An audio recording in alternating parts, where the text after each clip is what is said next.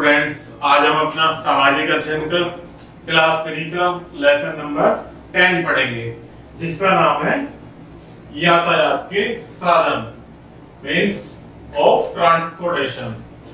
आइए प्यारे बच्चों, देखते हैं लेसन नंबर 10। हमें प्रतिदिन एक स्थान से दूसरे स्थान पर जाने की आवश्यकता होती है। इसके लिए हमें वाहन की आवश्यकता होती है। वे वाहन जिनके द्वारा हम एक स्थान से दूसरे स्थान की यात्रा करते हैं उन्हें यातायात के साधन कहते हैं। तो प्यारे बच्चों, इसे कहते हैं यातायात के साधन जिनके द्वारा हम किसी एक स्थान से दूसरे स्थान तक जा सकते हैं। यातायात का इतिहास।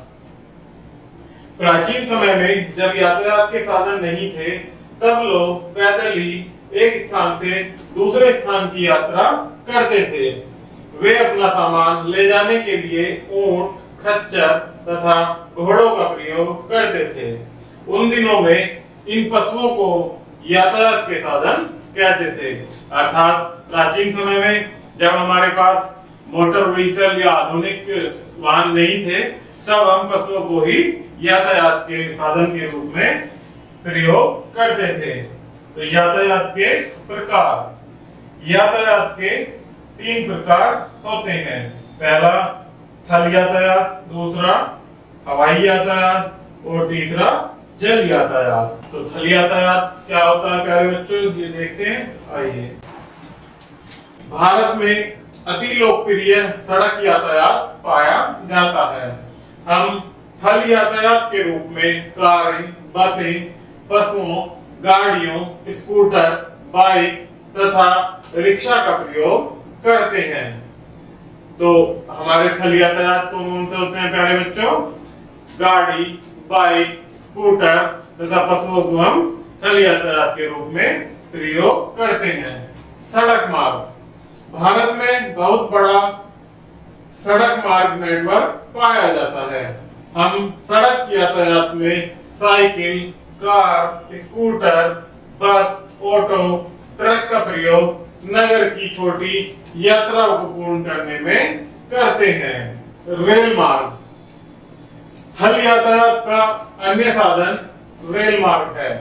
रेल मार्ग भारत के सभी कस्बों तथा नगरों को एक दूसरे से जोड़ता है।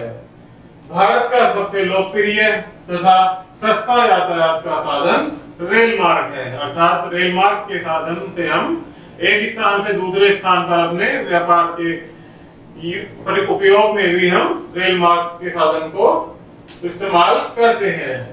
हवाई यातायात। यातायात का सबसे तीव्र साधन हवाई मार्ग है। यह अत्यधिक महंगा भी होता है। हवाई जहाज बहुत कम समय में संपूर्ण विश्व में उड़ सकता है। क्योंकि यह समय बहुत कम लेता है, इसलिए यह बहुत महंगा साधन होता है। यह लगभग 100 लोगों को एक साथ ले जा सकता है। हवाई जहाज को उतारने के लिए एक लंबे मार्ग की आवश्यकता होती है। वह स्थान जहां पर हवाई जहाज उतरता या चलता है उसे हवाई अड्डा कहते हैं। तो प्यारे बच्चों, किसे कहते हैं हवाई अड्डा? जहां हमारा हवाई जहाज चलता है या उतरता है उसे हवाई अड्डा कहते हैं। भारत में सभी बड़े नगरों में हवाई अड्डे पाए जाते हैं। हवाई यातायात उपयोगी है। यह पहले से कम महंगा हो गया है। बहुत से लोग समय बचाने के लिए हवाई यात्रा करते हैं। जल यातायात देखते हैं प्यारे बच्चों। जल यातायात प्राचीन तथा सबसे सस्ता साधन है।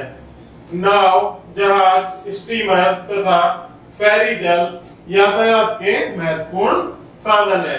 कौन कौन से साधन है प्यारे बच्चों जल यातायात के? नाव, जहाज, स्टीमर तथा फेरी। ये हमें समुद्र तटीय क्षेत्रों तथा अन्य देशों में ले जाते हैं। कुछ नदियां जैसे गंगा, यमुना, ब्रह्मपुत्र, हुगली तथा गोदावरी यातायात के लिए प्रयोग की जाती है। पनडुब्बियां युद्धपोत होते हैं, वो जो जल के नीचे चलते हैं।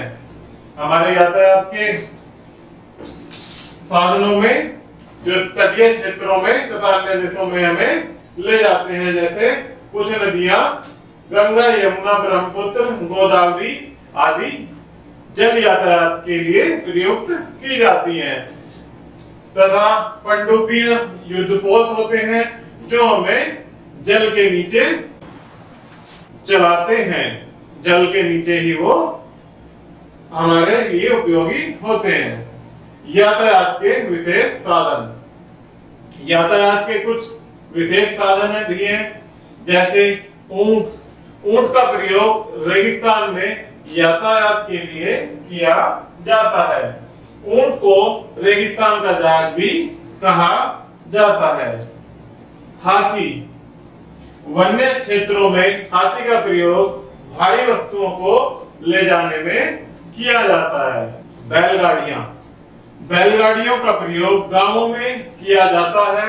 यदि आप गांव में जाएं तो आप देखेंगे कि प्रत्येक घर में एक बैलगाड़ी होती है, अर्थात बैलगाड़ियों से हम अपने व्यापारिक रूप में भी कार्य को करते हैं, जो कि एक सस्ता और साधन यातायात का उपलब्ध होता है।